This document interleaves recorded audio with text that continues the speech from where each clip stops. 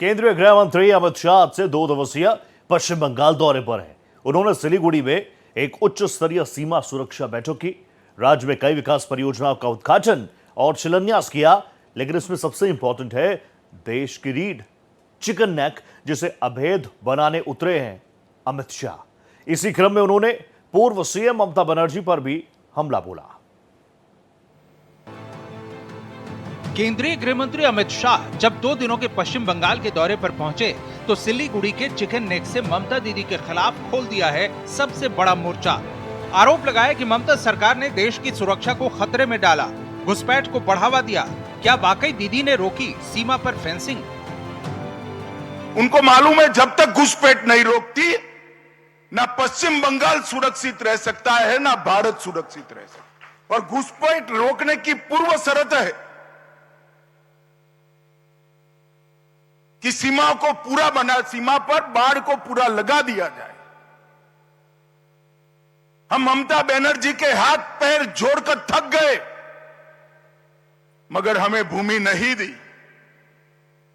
एक बार उन्होंने आग्रह रखा, मैं उनकी ऑफिस में भी पहुंच गया कि ममता जी, वो भारतीय जनता पार्टी को जमीन नहीं देना है, बीएसएफ को देना है, आप कृपया दे दीजिए।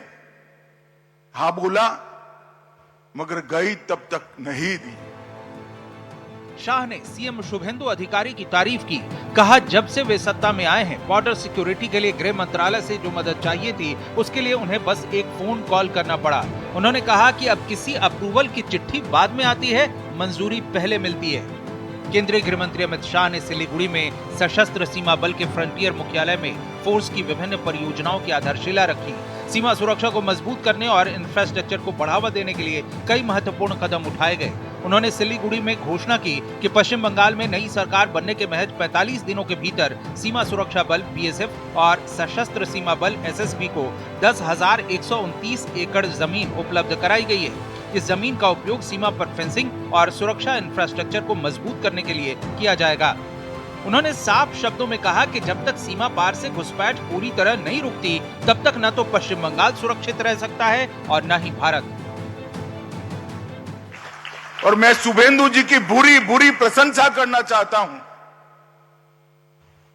कि जब से वो आए हैं,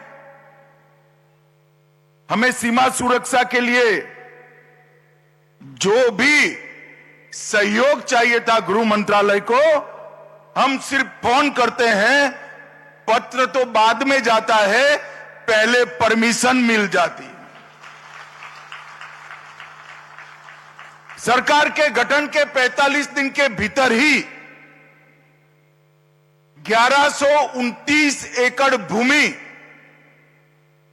जो हम 2014 से मांगते थे, हमें मिलती नहीं थी। बीएसएफ और एसएसबी के लिए 1129 एकड़ भूमि शुभेंदु जी ने दे दिया। आज सुबह कुछ 29 एकड़ बाकी बचा है। सुबह नाश्ते पर आए तो मुझे लगा चलो उगाही करते हैं, तो बैठने के साथ ही उन्होंने कहा है 29 एकड़ का पैसा भेज दो, दूसरे ही दिन ऑर्डर हो जाएगा।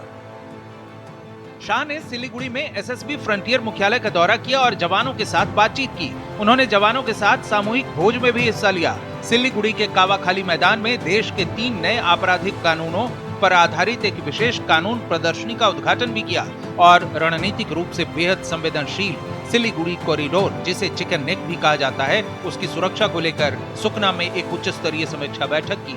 इसमें नेपाल, भूटान और बांग्लादेश सीमाओं पर तकनीकी निगरानी बढ़ाने और घुसपैठ और तस्करी रोकने पर चर्चा हुई। केंद्रीय गृह मंत्री ने बंगाल की जनता को एक ऐसी सरकार चुनने के लिए धन्यवाद दिया जो राष्ट्रीय सुरक्षा को प्राथमिकता देती है। Bureau report, Bharat express.